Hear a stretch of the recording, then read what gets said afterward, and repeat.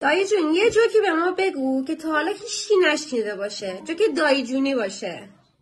حتما.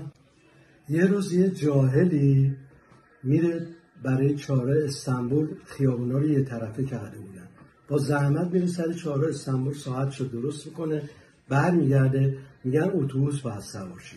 میره تو اتوبوس، خودشو میرسونه تو اتوبوس و جاهلم کلا شاکوب، پیرن سفید، سیبیل اسکانیا، خط سینه پر از پشت، الله و فلان. میره تو اتوبوس میبینه همه نشستن، جاهله جا نداره. یه ذره نگاه میکنه و همه نشستن، اینم جا نداره، براش افت داشت. برمیگرده میگه ریدم به همتون بغیر از اون آخونده.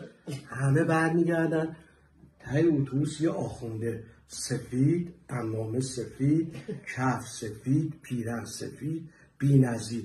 برمیگردن به جاهله یه چیزی بگن، میگن جاهله از اون جاهله است. خلاصه این ور اون ور.